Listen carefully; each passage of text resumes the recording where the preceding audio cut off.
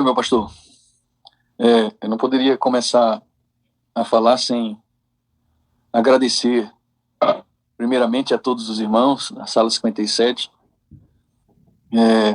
Talvez por conta do que vocês fizeram, foi espalhar esse clamor, esse pedido, para que outras pessoas se engajassem nesse movimento de oração, que a gente teve um movimento de oração tão grande, tão difícil de ser contado ou enumerado, porque coisas incríveis aconteceram. Então, eu preciso agradecer demais a vocês pelo empenho, pessoas que ficaram sem comer, em jejum, clamando ao Senhor, nossa, se sacrificando por alguém que não é da família parental, não é sanguínea, não é consanguíneo, mas que entende que é a família de Deus, assim como Jesus disse, meu pai e minha mãe são os que fazem a vontade do meu pai, que está no céu. Ele disse, a maior família, a principal família é aquela que está a serviço do Senhor. Eu louvo a Deus por essa família que eu hoje pertenço, junto com minha esposa e meu filho, porque é uma família que adotou esse problema com o Gabriel como sendo seu. E eu preciso dizer uma coisa muito importante para vocês, queridos.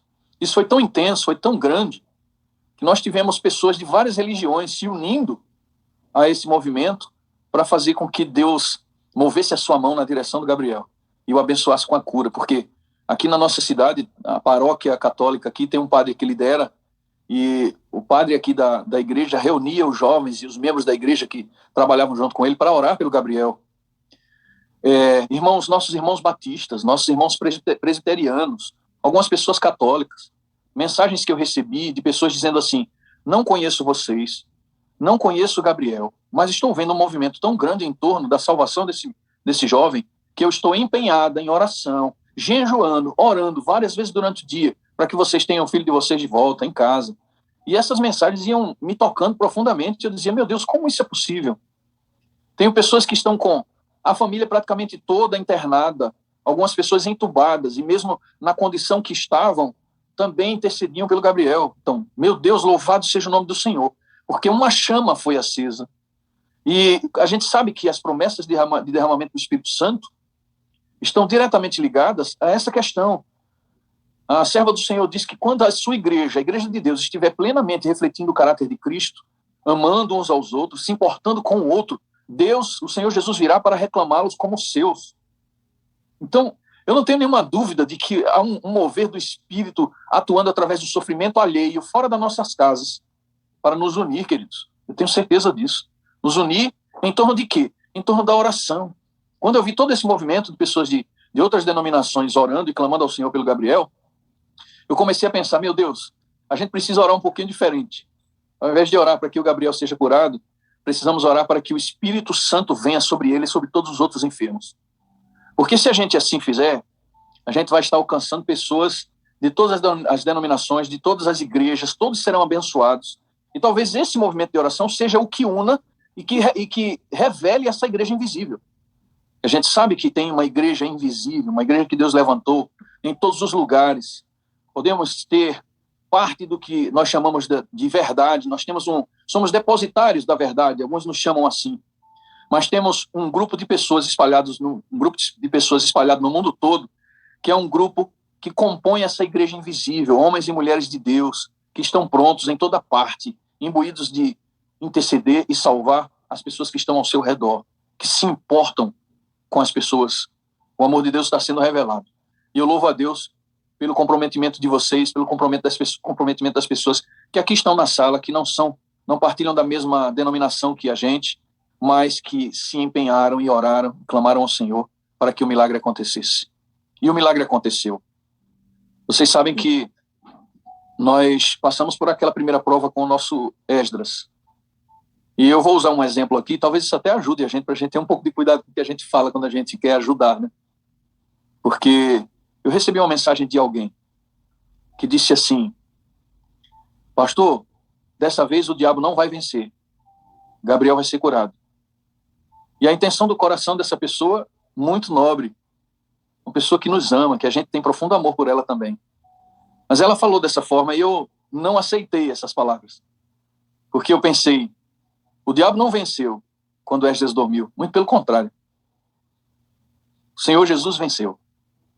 Porque o Senhor tomou a decisão de deixar o Esdras dormir, porque ele estava pronto. Foi uma vitória, não uma derrota. Uma vitória. E quando a gente crê que Deus está à frente de tudo, que ele tem o controle, o comando da nossa vida, até os erros médicos acontecem para a honra e glória do nome do Senhor. Porque está escrito, eu tenho abraçado essa promessa que a serva do Senhor também nos trouxe, que diz que Deus faz uso dos estratagemas do diabo para fazer cumprir os seus desígnios. Então, às vezes, o diabo se empodera e ele acha que está com a corda toda e ele vem para destruir, para matar, para roubar, como diz a palavra de Deus. E Deus diz assim, olha, vai, como bem disse o pastor em sua mensagem, toca, faz o que você quiser com Jó, mas não toca ali a vida, não tira ali a vida. Então o diabo vai, mas ele vai tão certo de que tem tudo na mão, mas ele não acredita que através de toda aquela prova, de tudo aquilo que está acontecendo, o Senhor vai ser glorificado. E o meu Deus foi glorificado quando o meu filho dormiu, e o meu Deus foi glorificado quando o meu outro filho foi curado. Bendito seja para sempre o nome do Senhor. E eu lembrei lembrei quando o pastor pregou hoje, da frase de Jó, quando nós estávamos sepultando Esdras, o Gabriel, esse gigante, já ele vai falar para vocês, estava do meu lado, estávamos abraçados o tempo todo, apoiando um ao outro. Ele me ajudou demais a passar por esse momento. E ele lembra, depois que ele escreveu na lápide do irmão, o nome do irmão, quando terminou aquela cerimônia, eu senti o Espírito do Senhor me tocar para dizer o que Jó disse. O Senhor deu, o Senhor tomou, e eu praticamente gritei, falei bem alto, bendito seja o nome do Senhor. Ah, meus irmãos, desde quando eu estava no hospital, mesmo antes de Esdras adoecer, Deus encheu meu coração de tal forma de amor por ele, que somente ele, eu não sei explicar como isso acontece. É obra do Espírito Santo. Me encheu meu coração e o coração da minha esposa, para a gente, apesar da dor e do sofrimento, glorificarmos o nome do Senhor. Gabriel também assumiu essa postura, depois que o seu irmão dormiu. Ele disse para Deus que ele seria uma nova criatura em Jesus, mas ele estava apenas iniciando uma luta. Ele nem sabia o que viria. E vocês vão descobrir que, enquanto Gabriel esteve lá, era necessário que esse exército estivesse orando. Sabem por quê, queridos? Porque o Gabriel poderia ter uma história mais simples do que a que teve. Mas enxergamos claramente que no mundo espiritual, o diabo queria que o Gabriel não sobrevivesse. As coisas estavam seguindo seu rumo natural e Gabriel ia sair do hospital bem antes da data que ele saiu. Ele vai contar para vocês já já. Deus atuou poderosamente, porque o diabo tentou tirar a vida do Gabriel enquanto ele estava lá no hospital, não só com a doença, mas de outra forma. Ele tentou tirar a vida do Gabriel e provocou um sofrimento extra, além do normal, que ele não esperava, nem nós esperávamos. Todos nós fomos confrontados por esse momento. Vocês lembram que nós mandávamos os vídeos para todo mundo e contamos a bênção. O Gabriel saiu da UTI, foi para a enfermaria. E foi justamente nesse momento que o Gabriel vivenciou a maior de todas as provas. Foi o momento em que ele teve a sua maior dor, literalmente, e a sua maior bênção. E eu fiquei pensando, quando o pastor estava pregando, eu dizendo, meu Deus, eu ia pregar, eu ia dar esse testemunho antes. O Gabriel não teve condição, ainda estava tossindo muito. Aí veio o pastor hoje, pregou desse jeito. Meu pastor querido, meu pastor amado, você não sabe quanto você incendiou meu coração com essa mensagem. A gente ouve tantas mensagens de Jó, mas ver um homem incendiado como o pastor se permitiu ser, nossa, me despertou para ver a guerra que aconteceu dentro daquele hospital. O diabo queria muito levar todos ao constrangimento. Ele queria levar essa multidão de intercessores à frustração completa de dizer, Senhor, a gente entende a tua soberania, mas como isso pode acontecer? Como? A gente aceita a tua soberania, mas, Pai, qual a razão disso? Ia ficar complicado, e Satanás queria que isso acontecesse. Ele queria levar a vida do Gabriel. Para que talvez algumas pessoas ficassem em dúvida. Eu, minha esposa, já tínhamos declarado, inclusive publicamente, que acontecesse o que acontecesse, se o Gabriel dormisse ou vivesse, o nome do Senhor continuaria sendo louvado. E muitas vezes com dor no coração, orando no quarto, orações em alta voz, eu e minha esposa, aquela oração realmente desesperada, que um começava, o outro entrava no meio da oração, nem esperava o outro terminar, e clamava, e o outro voltava a clamar também, e a gente esquecia alguns pontos, e o outro lembrava, fala isso, o Senhor precisa saber, era como se ele tivesse sentado no trono, e nós estivéssemos diante dele, intercedendo, para que o Gabriel sobrevivesse. E a gente dizia para Deus, Senhor, talvez seja a tua vontade, que ele não sobreviva, mas nós precisamos também entender que às vezes a tua vontade se coaduna com a nossa vontade. Por que não, Senhor, dessa vez? Permitir que ele viva e seja um testemunho vivo para as pessoas que puderem encontrá-lo. Quando ele abrir a sua boca, que ele abençoe. E, pastor Wagner, eu preciso dizer isso para vocês. Gabriel chegou, passou esses primeiros dias aqui com a gente, e ele narrou esse momento que eu acabei de me referir, que foi o momento da sua maior prova. Mas ele narrou com muita naturalidade. Enquanto ele narrava, meu coração ficou apertado, do tamanho de um feijão. E eu comecei a chorar incontidamente. E ele falava, eu dizia, meu Deus, como ele sofreu, pai, como foi complicada a situação dele, ele sofreu muito mais do que eu quando estive internado. E eu chorei muito, não contive minhas lágrimas, não me segurei enquanto ele estava falando. Aí ele falou assim para mim, pai, fique assim não. Não fica assim. Eu tinha que passar por aquilo. E Deus me falou nessa hora que eu tinha que passar por aquilo. Quero pedir que o Gabriel fale como foi a experiência. Ele ainda está rouco, por isso que a gente está em telefones separados, para que ele possa usar o telefone mais próximo e possa ser ouvido bem por vocês. Mas estamos aqui só separados dos quartos, para não ficar dando microfonia nem reverberando. E o Gabriel vai contar para vocês como foi essa experiência que ele vivenciou. Vai lá, filhão. Então, irmãos, eu passei por momentos em que eu não me lembro. Quando eu entrei no hospital, eu fui internado na enfermaria, aqui em Engenheiro Coelho primeiro. Foram 2 dias. Eu só lembro do momento da internação. Deus, ele precisava, naquele momento da minha vida, me chamar pela dor. Deus, ele tem 2 formas de chamar, pelo amor e pela dor. Mas eu precisava ser chamado pela dor, porque durante 26 anos da minha vida, eu fui chamado por amor e rejeitei a voz de Deus. Irmãos, não se permitam serem chamados pela dor. Esse não é o plano de Deus para a nossa vida. Deus nos chama com amor todos os dias para estar do lado dele e não falhar na comunhão. Mas se for preciso, ele vai usar a dor para te chamar. Eu tive que usar um balão de oxigênio. Eu tive que ser entubado. Eu acordei da intubação. Mas de nada disso eu me lembro. Por toda essa parte que eu passei, Deus ainda não tinha tocado meu coração o suficiente. Eu tive uma melhora e fui enviado para a enfermaria. Ao chegar na enfermaria, eu fiquei numa cama, eu escolhi ficar numa cama que era mais antiga por estar longe da janela. Só porque eu não queria enfrentar a luz, porque eu precisava dormir, eu estava cansado. Porém, essa cama mais antiga, ela tinha um modo de levantar a cabeceira, no qual ela enganchava e era um modo mais mecânico. Em uma das vezes que foi mexido na minha cama, o meu catéter de oxigênio enrolou e ficou preso embaixo desse apoio em que prendia a cabeceira da minha cama. Isso aconteceu por volta, eu acredito, das 2 horas da manhã. Eu comecei a sentir os efeitos da falta de oxigênio às 3 e pouca da manhã. Comecei a sentir dores nos meus pulmões, como se eu não estivesse conseguindo captar o oxigênio. Eu comecei a sentir muitas dores e comecei a reclamar.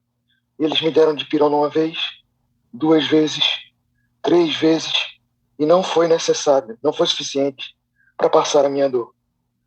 Na quarta tentativa, eles tentaram me dar um tramal, que era um analgésico mais forte. Porém, eu estava tanto tempo sem beber água e sem oxigênio que minhas veias desapareceram e eu perdi o acesso venoso. A partir das 4 horas da manhã até as 6, que é a hora de troca de turno, eu senti muitas dores enquanto 4 enfermeiros tentavam pegar novamente o meu acesso venoso para poder administrar a medicação. E ninguém conseguiu. Eu continuei com dores até as 6 da manhã. 6 da manhã, os enfermeiros trocaram de turno.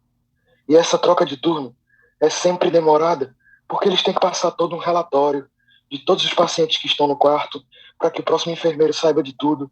E durante todo esse período, eu fiquei lá, sentindo dores horríveis, horríveis, simplesmente porque não tinha força de ar e de oxigênio para abrir o meu pulmão. Eu estava esse tempo todo com os pulmões fechados, clamando a Deus por oxigênio, precisando respirar. Em meio a essa experiência de tanta dor, eu passei por uma experiência com Deus onde o Espírito Santo falou comigo, claramente, de forma bem audível. Não sei quem já assistiu o testemunho do meu pai, ele também teve uma experiência parecida. A Bíblia fala que Deus assentasse-á como um fundidor de prata para purificá-la, até que ele veja a própria imagem nela. E o processo de purificação da prata é o seguinte: ele pega a prata bruta, coloca na parte mais quente do fogo e espera que o fogo destrua todas as impurezas até que ele veja o próprio reflexo naquela prata. Meu pai contava essa parte da Bíblia em vários sermões dele, e isso ficava muito na minha mente. Naquele momento de maior dor, onde eu clamava a Deus para que sentisse bem, para que parasse a dor, eu ouvi claramente o Espírito Santo falar para mim: filho, eu preciso que você fique mais um pouco no fogo para que eu termine de te purificar. E como eu falei no início, irmãos, Deus não tinha mais como me chamar pelo amor. Eu já tinha passado por um momento traumático, de dor, que foi com a morte do meu irmão, e não tinha sido suficiente para me trazer para perto de Deus. Eu precisava passar pela dor, e Deus queria que eu ficasse na parte mais quente do fogo para me purificar, até que ele visse a própria imagem em mim. E ele me falou isso através do Espírito Santo.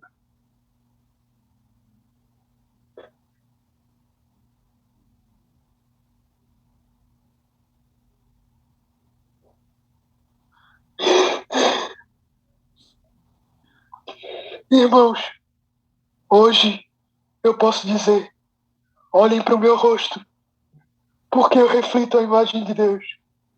Amém. Amém. Deus é grande, Deus é maravilhoso. Ele vai se utilizar de qualquer meio para te alcançar, para que você reflita a imagem de Deus. Amém. Eu passei por tudo isso. Houveram muitas outras coisas. Eu voltei para a UTI, Deus atuou, consegui uma vaga para mim na UTI novamente. Eu voltei, fiquei no quarto com uma senhora que faleceu, depois trocou e eu fiquei com um rapaz que estava acordado. E eu tive a oportunidade de conversar com ele, de falar de Deus para ele. Depois disso eu continuei minha melhora e voltei para a enfermaria. Na enfermaria eu fiquei com outro rapaz, tive a oportunidade de fazer um culto com ele pela manhã, no dia da minha alta. Era um rapaz da Universal, então ele era mais aberto a isso. A gente falou sobre as coisas de Deus, eu fiz uma oração bem longa com ele, e no final ele disse: poxa, eu queria tanto ouvir um hino. Eu estava, irmãos, com a voz pior do que eu estou agora. E eu fiz uma oração simples a Deus, e Deus me concedeu a habilidade de cantar naquele momento, para que o coração do Heliberto fosse tocado. Deus, ele age de formas muito estranhas, porque Eu já estava na UTI há 4 dias, em ar ambiente. Eu já não estava precisando de oxigênio. Mas Deus usou o protocolo do hospital, que era ter que passar mais 24 horas na enfermaria antes de ter alta, para que eu tivesse contato com o Heliberto. Poucas horas antes de eu sair, outra pessoa foi colocada no quarto comigo e com o Heliberto. E para minha surpresa, eu tinha orado para que Deus, eu e meu pai, a gente estava orando para que Deus realizasse milagres no dia da minha alta. E eu tinha orado muito pelo Breno, que tinha ficado comigo na UTI. Poucas horas antes da minha alta, quem foi colocado no meu quarto na enfermaria, por conta da sua melhora, foi o Breno. Deus realizou muitos milagres quando eu estive lá e quando eu saí. Aquele hospital, quando eu cheguei, a UTI estava lotada. O PA, que é o pronto atendimento, estava cheio de pessoas esperando por atendimento. Quando eu saí, o pronto atendimento estava vazio. Amém. Quase todas da UTI que estavam sedadas, entubadas, estavam acordadas. Quase todas as pessoas que já estavam acordadas tiveram melhoras, inclusive subiram para a enfermaria. Deus realizou um milagre na vida das pessoas que estavam lá, na minha e na de vocês que intercederam. Amém. Deus precisava que eu sofresse por um espaço de tempo para que vocês se acostumassem a se manter na presença dele, rogando. Sabe por quê? Muitas pessoas ainda precisam. E Deus quer que todos os dias a gente continue rogando, pedindo, porque pedisse e dar-se-vos-á. Deus sabe que enquanto estivéssemos próximos a Ele, estaríamos pedindo o que Ele quer, as coisas que estão no plano dele. Então, irmãos, enquanto estiverem próximos a Deus, peçam. Não tenham medo de rogar pelo que vocês querem, porque a sua vontade coaduna com a de Deus. Amém. E se a sua vontade não coadunar com a de Deus, ele vai arrumar uma forma de te mostrar o porquê isso aconteceu. Porque a gente não sabia a razão de eu passar por isso. A gente não queria que eu tivesse que sofrer. E a gente orou para que eu saísse antes. Mas hoje, através do meu testemunho, vocês têm a resposta do porquê teve que demorar. Porque vocês precisavam passar mais tempo na presença dele. E porque ele precisava terminar de me purificar. Amém. Eu louvo Filho, a Deus. Fala da música que você ouviu na sua mente quando você estava Sim. naquele momento de maior aflição. Eu tive um momento de aflição também lá, onde eu tive que usar uma máscara chamada NVI, uma máscara de alto fluxo de oxigênio, para expandir o meu pulmão. Porque aquele processo da enfermaria colabou meu pulmão. Colabar é grudar um lado no outro, porque o pulmão não tem força para abrir. E essa máscara, ela manda um alto fluxo de oxigênio para abrir o pulmão. Só que ela ocupa maior parte do rosto, dando uma sensação, para mim, de sufocamento. E eu ia ter que passar 2 horas com essa máscara. Outro momento de muita agonia para mim, porque eu já tinha testado essa máscara e não tinha conseguido usar. Mas a médica falou para mim, é a única forma de fazer com que o seu pulmão volte à forma natural dele para que você consiga respirar. E eu tive que usar. Fazia muitos anos, que eu não escutava Arautos do Rei. Mas Deus soltou o coro de uma música na minha mente para poder me fazer cantar mentalmente esse coro durante as 2 horas que eu estava com aquela máscara. O coro da música fala o seguinte: você nunca está sozinho. Deus jamais lhe deixará. Ele tudo vê. Glória a Deus. Não se esconde ao ver você chorar. Ele ouve a oração que é feita pela fé e vem ficar mais perto de você. O Deus que eu conheço tem poder, pode a vida transformar. Amém. E eu cantei esse coro na minha mente durante as 2 horas e 25 minutos, que foi o tempo que a enfermeira, a fisioterapeuta chegou para retirar a máscara de mim. Se vocês quiserem escutar, depois dessa música, Você Nunca Está Sozinho, do Arautos do Rei. Em todos os momentos de aflição da sua vida, escute o coro dessa música, porque você vai sentir Deus mais perto de você, como eu senti naquele Amém. momento que eu precisava. Filho, deixa eu contar uma experiência vivida com você. Nós tivemos a presença de duas pessoas, que na minha opinião são dois anjos, dentro daquele hospital, que por uma questão profissional, eu não vou citar o nome deles, mas dois enfermeiros que na realidade são missionários. E eles apoiaram, estiveram muito próximos ao Gabriel, tentando não deixá-lo só. E nesse diálogo que Gabriel foi desenvolvendo com esses enfermeiros, ele descobriu que eles eram missionários também. E o Gabriel tomou uma decisão de realizar uma missão fora do país, porque ele ficou encantado com a história daqueles dois enfermeiros que todo ano viajam para Guiné-Bissau e fazem um trabalho incrível lá de evangelização. Agora mesmo, eles estão arrecadando Bíblias, porque todas as vezes que eles viajam, eles precisam levar Bíblias dentro da mala. Então, eles não conseguem levar muitas Bíblias por conta da questão do excesso de peso. Mas alguém agora conseguiu um espaço dentro de um container para levar alguns milhares de Bíblias para a Guiné-Bissau para o próximo evangelismo que eles vão fazer lá. Inclusive, ela me pediu ajuda. Eu aproveito aqui essa enormidade de pessoas, de membros que aqui estão da igreja, para pedir ajuda para vocês.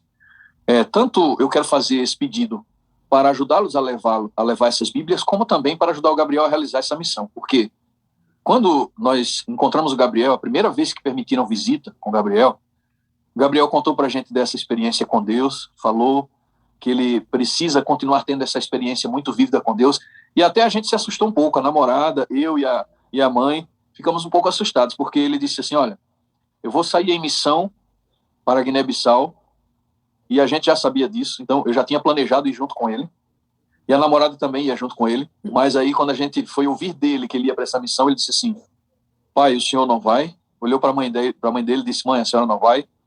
Olhou para a namorada e disse, você também não vai. E a gente ficou meio assim, né? Logo a princípio. Aí ele disse assim, eu preciso dessa experiência sozinho com Deus. Eu não quero nenhuma distração. Não quero que pareça uma viagem, um passeio.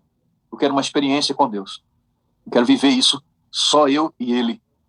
E eu louvei tanto a Deus ali naquele momento. Como eu falei, eu nunca dediquei 100% do meu tempo para Deus.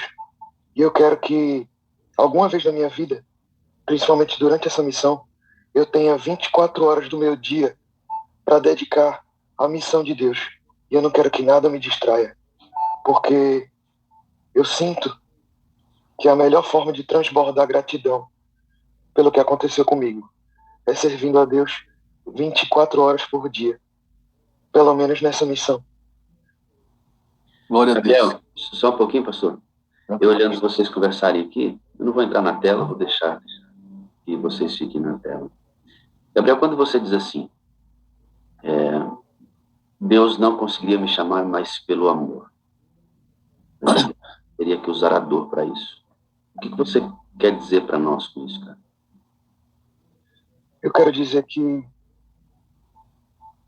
Deus, ele tem um amor tão grande pela gente, tão grande, tão grande, tão grande, que ele não aceita, como meu pai e minha mãe, que um filho dele se perca.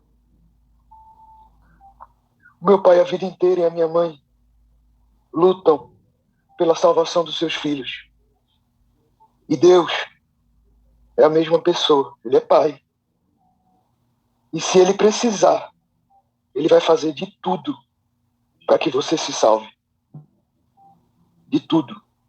Assim como um pai que às vezes precisa repreender o filho com a vara. Eu precisava ser repreendido com a vara para que ele demonstrasse o amor dele por mim, para eu me salvar. E foi isso que eu quis dizer.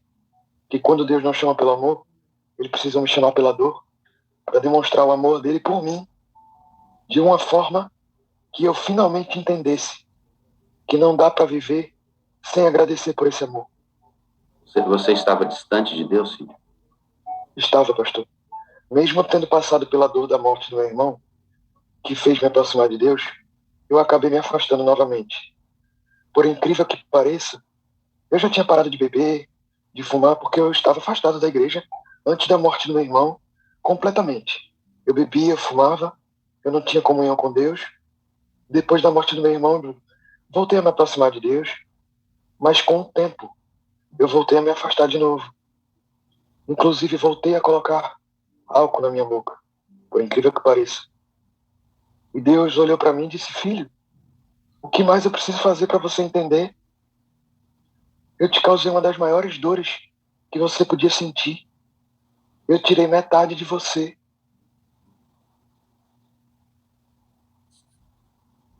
Eu tirei a parte consciente de ti, aquele que te ajudava a se manter no caminho, aquele que era a tua base. Eu tirei o teu irmão, aquele que dormia no mesmo quarto contigo, desde os mais novos anos, aquele que passou tanto tempo contigo, que vocês pareciam a mesma pessoa. Eu te causei uma das maiores dores que eu podia causar, e não foi suficiente.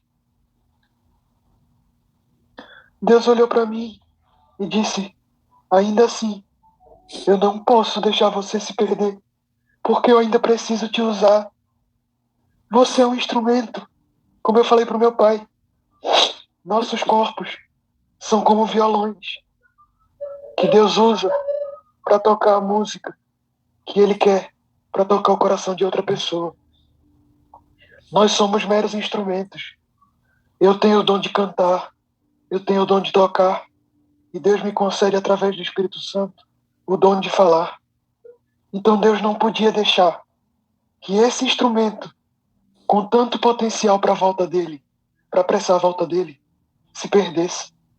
Ele precisava de mim, trabalhando junto com ele. E depois de uma grande dor, ele precisou me causar uma dor física, porque eu, especialmente, eu trabalho com a área de educação física. E eu fortaleci o meu corpo durante 3 anos ininterruptos.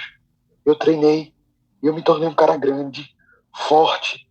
Eu tinha 88 quilos, quase 90, com uma porcentagem de gordura bem baixa. E esse processo físico me fez ficar muito orgulhoso e confiante em mim, e no meu físico, e no meu orgulho, e no que eu era capaz de fazer, de levantar muitos quilos, de realizar atividades que poucas pessoas realizavam. E isso deixou meu orgulho lá em cima, a ponto de achar que eu não precisava tanto assim de Deus. E deixei, depois da morte do meu irmão, de buscar a Deus o tanto que eu buscava, porque eu passei a confiar em mim novamente.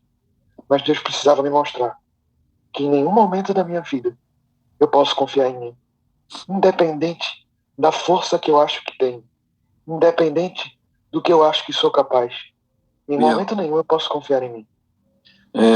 Você falou isso e eu lembrei que é importante que o pastor saiba, que você falou para mim recentemente que o fato de você ter o corpo que tinha fazia com que você tivesse tanta confiança de que a Covid jamais poderia lhe abater, porque você era contra tudo aquilo que a maioria das pessoas diziam, né? De que só fica grave e só adoece gravemente dessa doença quem é sedentário, quem é acima do peso, quem tem comorbidades.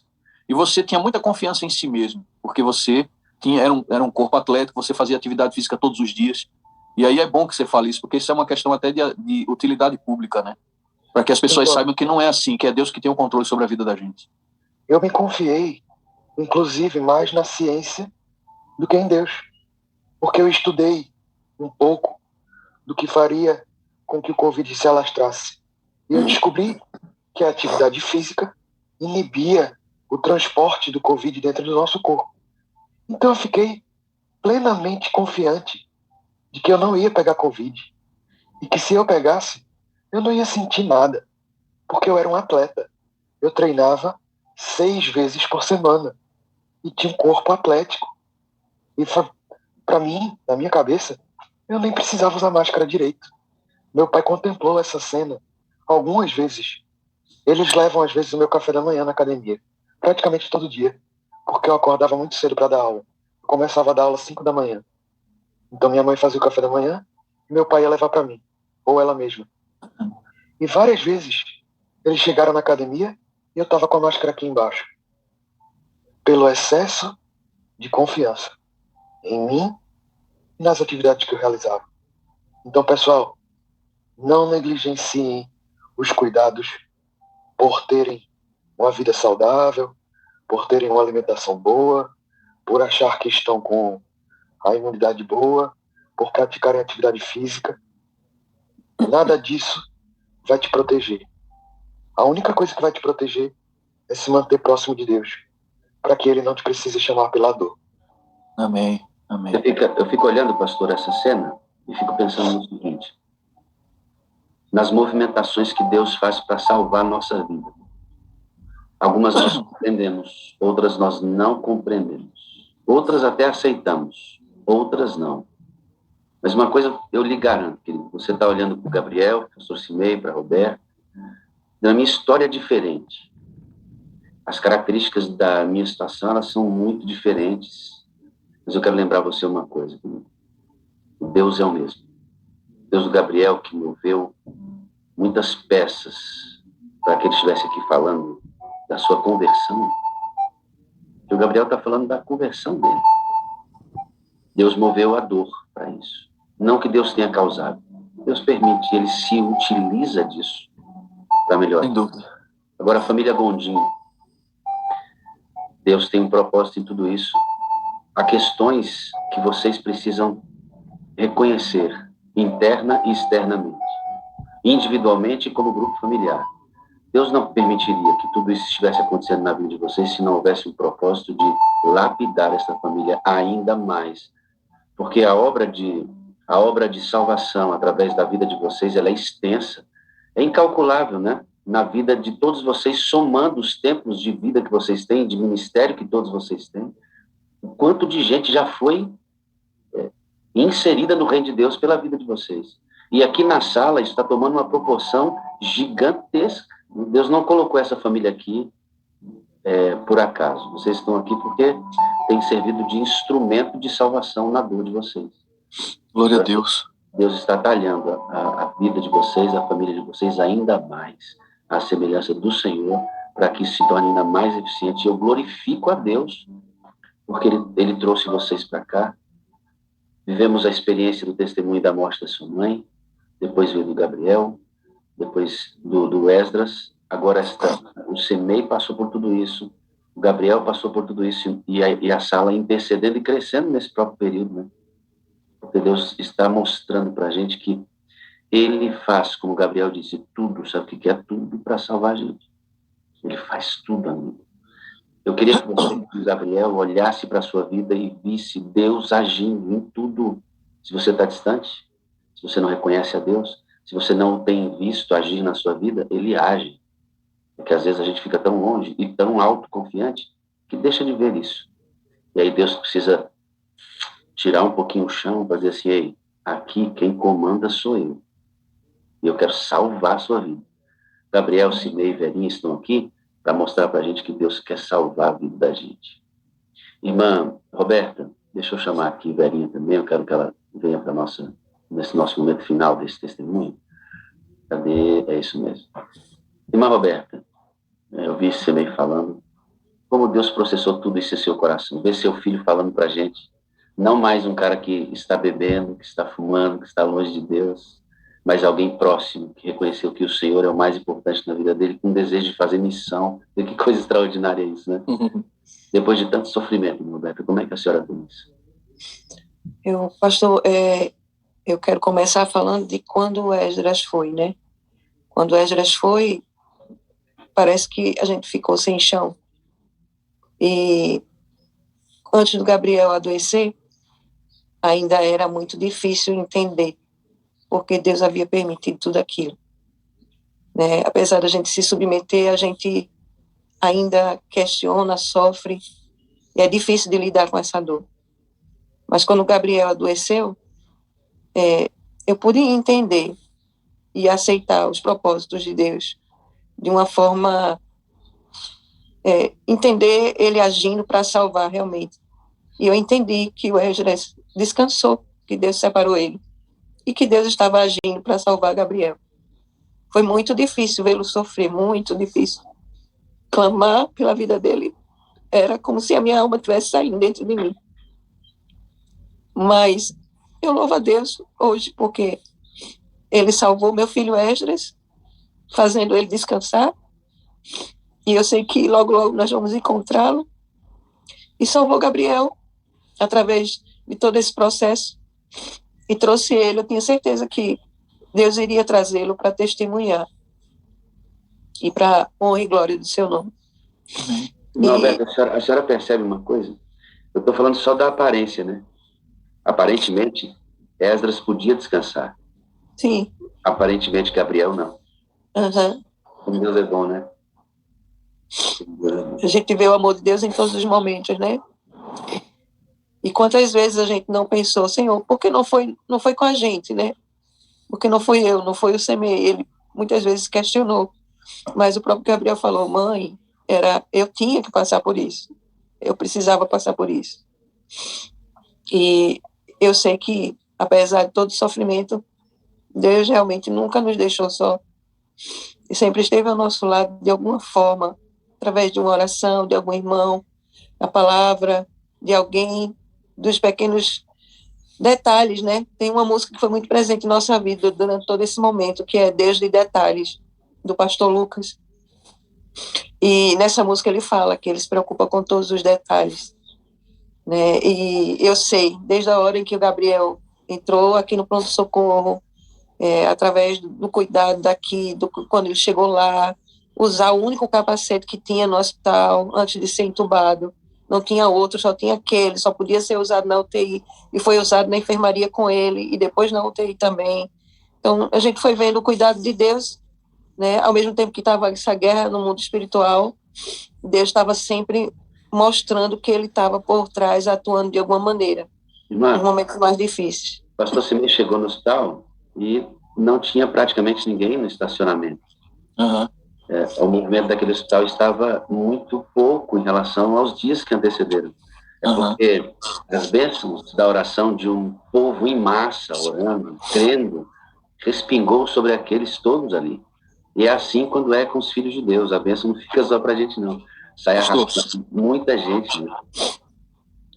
Pastor, e a forma como a gente soube disso é que foi mais inusitada, e tinha que ser inusitado para a gente crer que era Deus operando. Porque quando a gente chegou para visitar o Gabriel, já no finalzinho, faltando poucos dias para a alta dele, a recepcionista, que não sabia desse movimento de oração e de que a gente estava pedindo isso a Deus, a primeira coisa que ela falou quando viu a gente chegar foi assim, que bom, né? Vocês viram como melhorou? A gente pensou que ela estava falando de Gabriel. E aí eu fiquei olhando, esperando ela falar. Vocês viram como melhorou? Eu fiquei esperando, achando que ela ia falar de Gabriel. Ela disse, o posto está vazio, quase ninguém precisou subir para a UTI, teve muita gente acordando, recebendo alta, teve muita gente sendo estubada. E aí eu olhei aquilo, ela falando aquilo, eu olhei para a Roberta e disse, nega, será que isso realmente está acontecendo? A gente está ouvindo isso?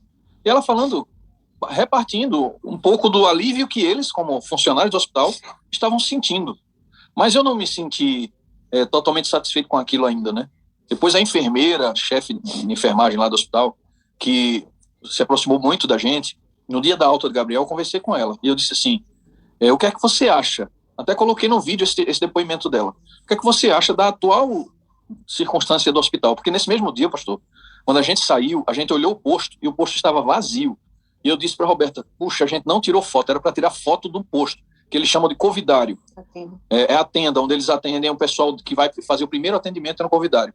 Vazio, completamente vazio.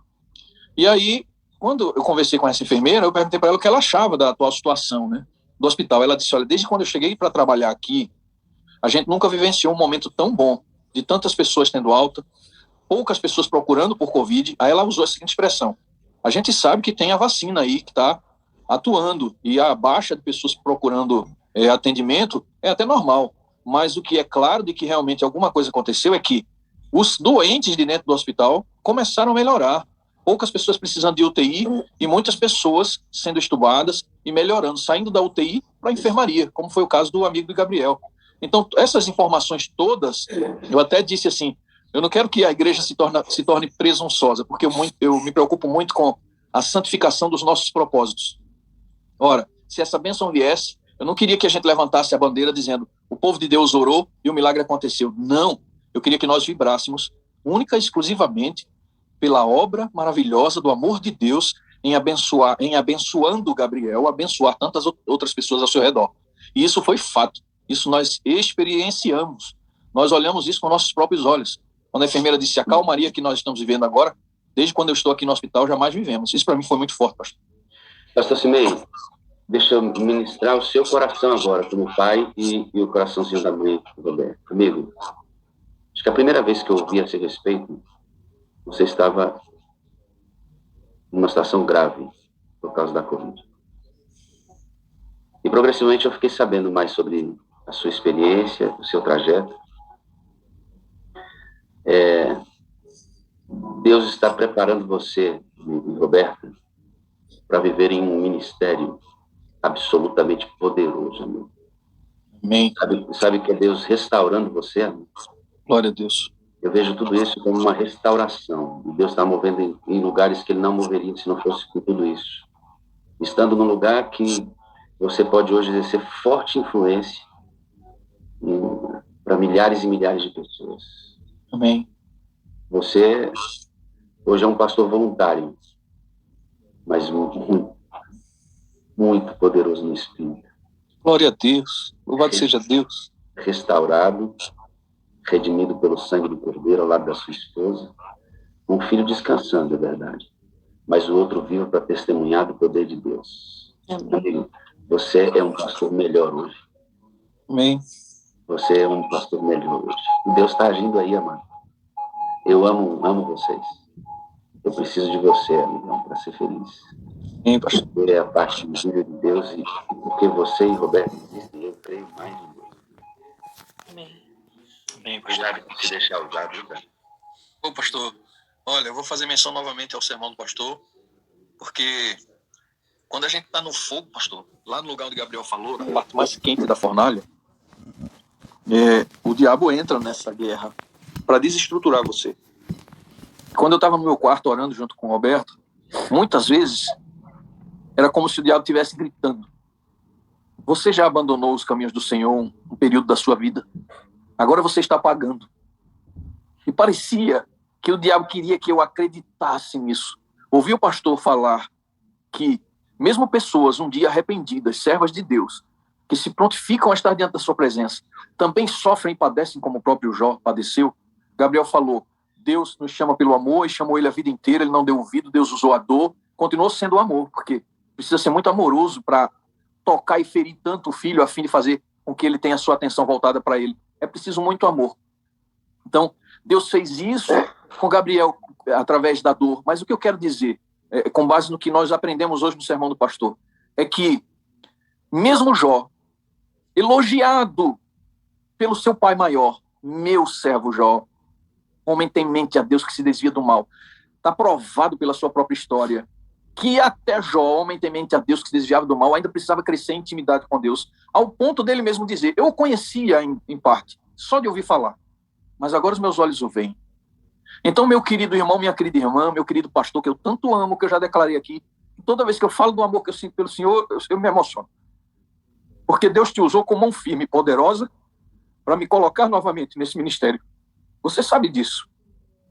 Há muito preconceito de pastores que enfraquecem, que tropeçam, que apostatam. Ninguém acredita que um pastor possa um dia vacilar, cair e apostatar, pecar gravemente contra o Senhor. Ninguém acredita, não aceito. E tem gente que até hoje não aceita. Mas eu fui abraçado. Você é meu pastor, amigo. Glória a Deus. Eu fui abraçado. Eu recebi esse amor. Minha família recebeu esse amor. E o amor transforma, o amor, ele constrange. Essa expressão foi até tirada de algumas Bíblias. Algumas pessoas não gostavam, mas eu gostava. Sempre gostei dessa expressão. Que o amor de Deus constrange. E o amor das pessoas também constrange a gente muitas vezes. E meio que pega a gente como se fosse uma laranja, espreme assim, sabe? E diz assim: olha, eu quero tirar o teu suco, porque tem coisa doce aí para sair. Deus quer te usar, quer adoçar a vida de alguém através de você. Você precisa ser espremido. E o amor faz isso com a gente. Espreme a gente. Eu me senti espremido pelos meus irmãos que oraram por mim nesse período agora. Que oraram por minha esposa, que oraram por Gabriel. Roberta gravou um último vídeo agora agradecendo as mães. Que o que tinha de mãe escrevendo para ela, dizendo: Eu estou orando pelo Gabriel como se fosse meu filho. Estou lutando com Deus como se fosse meu filho. Mandavam áudios chorando. Uma irmã mandou um vídeo chorando, falando de Gabriel. Nem conhecia o Gabriel. Eu peguei o vídeo na hora e dei para o Gabriel. Filho, escuta isso. A irmã chorando em lágrimas, dizendo, eu orei tanto e estou tão feliz com a recuperação dele. Eu dizia, parecia mais família do que minha própria família, mais consanguínea do que meus próprios irmãos. De tanto amor. Cheiro de igreja primitiva. Como o senhor costuma dizer, cheiro de igreja primitiva. Então, pastor, voltando. Parecia uma guerra, parecia não, foi uma guerra muito grande, desde a morte do Esdras, até o meu momento dentro do hospital foi uma guerra também. Eu dizia para Deus, Senhor, eu quero receber essa salvação, mas eu ainda não sinto. Me ajuda. E você já sabe o testemunho, não vou me alongar aqui. E Deus me encontrou naquele lugar. Eu tive um encontro pessoal com Deus. Minha mente foi transformada, foi mudada. E eu entendi por que Jesus dizia para Pedro, quando você se converter, confirma a teus irmãos. Apacenta essas ovelhas, cuida da igreja. Então, todos nós precisamos passar por esse processo. E essa foi a vez de Gabriel. Gabriel agora está me apacentando, dá para acreditar? Às vezes eu mergulho no choro, na angústia, lembrando do sofrimento dele, e ele chama a minha atenção, pai, para de sofrer, isso foi bênção. Deus usou isso para me alcançar, para me salvar. Sabe, pastor? Então, logo no início eu gravei um vídeo, e depois eu fiquei pensando, será que eu devia gravar esse vídeo? Porque às vezes a gente desafia o inimigo, isso não é necessário desafiar o inimigo.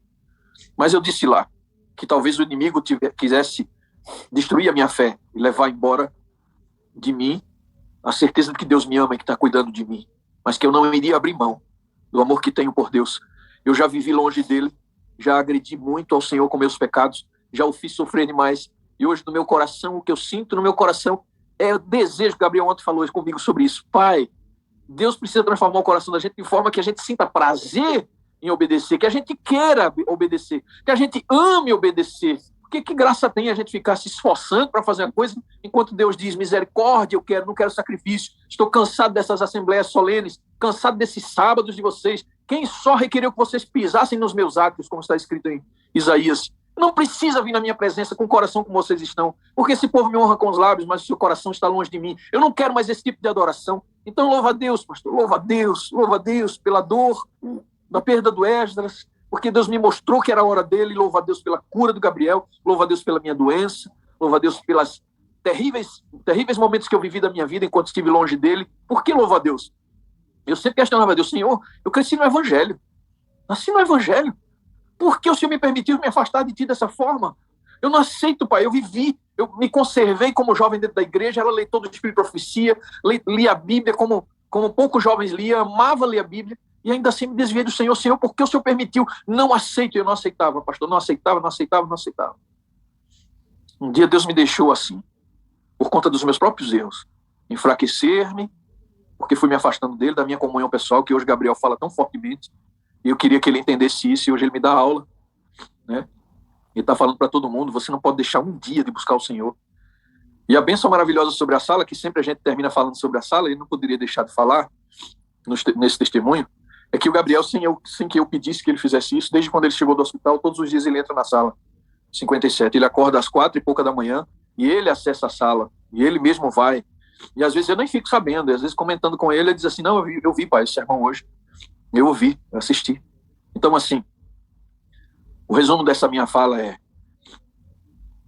nós somos como o Senhor Jesus, servos sofredores. Aceite essa honrosa condição, meu irmão. Esteja você desanimado na fé, tendo que padecer e sofrer para voltar a amar o seu Criador. Esteja você na presença de Deus, todos os dias com Ele, e mergulhado em sofrimentos. De ambas as formas, somos chamados para sermos a imagem do Senhor Jesus, servos sofredores. Como ele falou a respeito de Paulo, é importante que ele saiba o que significa sofrer, por amor ao Evangelho. Que Deus nos abençoe, meu querido pastor amado, minha família da sala 57, meu filho, te amo, Biel. Todo dia a gente diz isso um para o outro e a gente aprendeu isso com Esdras. Cada abraço de Esdras era com um te amo no ouvido da gente.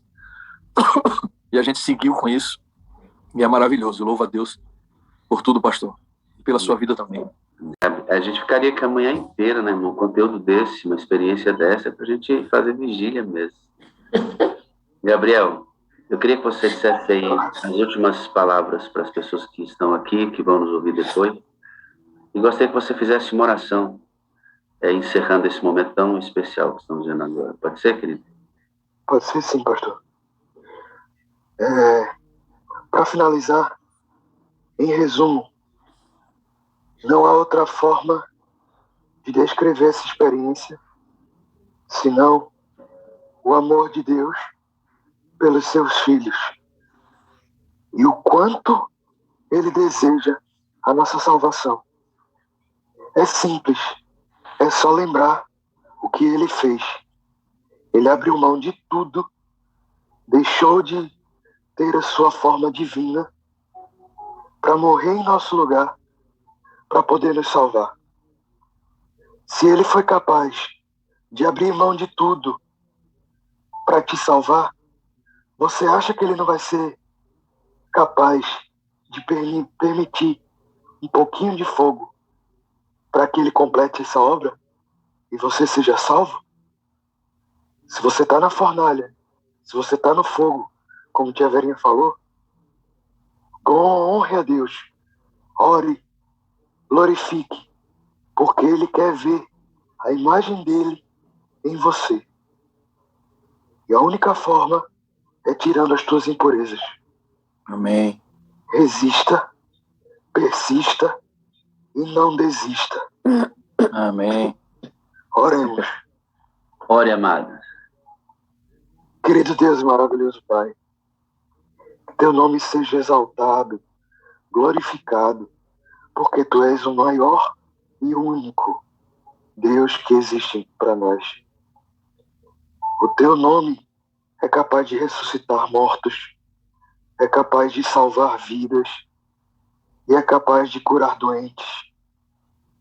E é através desse nome que nós hoje rogamos que o Espírito Santo caia sobre nós, sobre a tua igreja que já está separada e sobre todos os doentes que estiverem passando por qualquer enfermidade. Nós sabemos que o Espírito Santo tem um poder inigualável, que ele pode transformar, curar e salvar todas as vidas que forem clamadas, tanto por nós quanto por Deus. Então hoje, Senhor, te pedimos, derrama o teu Espírito Santo sobre todos nós, para que possamos ser instrumentos nas tuas mãos para apressar a tua vinda. Esse mundo não tem mais o que funcionar, não tem mais tempo, não tem nada de bom para oferecer. Então dá-nos força para realizar a nossa missão, de dentro para fora da igreja e de dentro para fora do nosso coração. Que nós possamos transbordar da igreja para fora e do coração para fora, para que outros sejam alcançados a tempo de serem salvos, para estarmos todos juntos lá no céu. É isso que nós te pedimos e agradecemos. Em nome de Jesus. Amém. Pastor, eu queria só finalizar dizendo que em breve eu estarei abrindo um canal no YouTube também para pregar o evangelho assim como meu pai tem feito. Dessa vez para os jovens e para todos os outros que ouvirem a palavra de Deus através desse canal. Então memorizem aí o nome do canal. De dentro para fora. Também quero deixar aqui o apelo de pedir o auxílio de vocês para a minha missão. Aproveitar a sala 57. Lá no meu Instagram, gabriel.gorila, tem um link onde você pode clicar. E também tem o meu Pix. Se você desejar fazer qualquer doação para essa missão, onde eu quero transbordar o amor que Deus me fez ficar cheio, entre lá no meu Instagram e faça doação. Deus quer ver o trabalho dele ser feito, não só através de mim, mas através das suas mãos. Deus seja louvado. Esse Deus é bom, meu amigo. E ele luta pela salvação dos seus filhos. Gabriel, meu filho, eu tenho 4 coisas para te dizer, amado. Eu amo você. Eu quero ouvir. Eu preciso de você para ser feliz. Você é a parte visível de Deus. E eu creio mais em Deus, amado, porque você existe. Amém? Pastor, eu tenho replicado essas 4 coisas que o senhor falou para o máximo de pessoas possível. Eu tenho falado isso para quase todo mundo que eu posso. Amém. Porque eu acredito que essas palavras são capazes de, como meu pai falou, constranger o coração de alguém para perceber o amor que Deus sente através de nós. Toda vez que o Senhor fala, eu desejei ouvir, porque eu sinto o amor de Deus sair da sua boca através dessas declarações. Muito obrigado, pastor, por se permitir ser usado por Deus para que eu sinta esse amor. Vai mais uma vez para você ser batizado em dobro, meu amigo. Eu te amo. Amém. Eu preciso de você para ser feliz. Você é a parte visível de Deus. E, Gabriel, eu creio mais em Deus porque você existe. Amém? Deus cumpra os propósitos. Amém. Seja um grande pregador dentro dessa internet aí. Vamos esvaziar o inferno, amigo. Deus te abençoe, viu?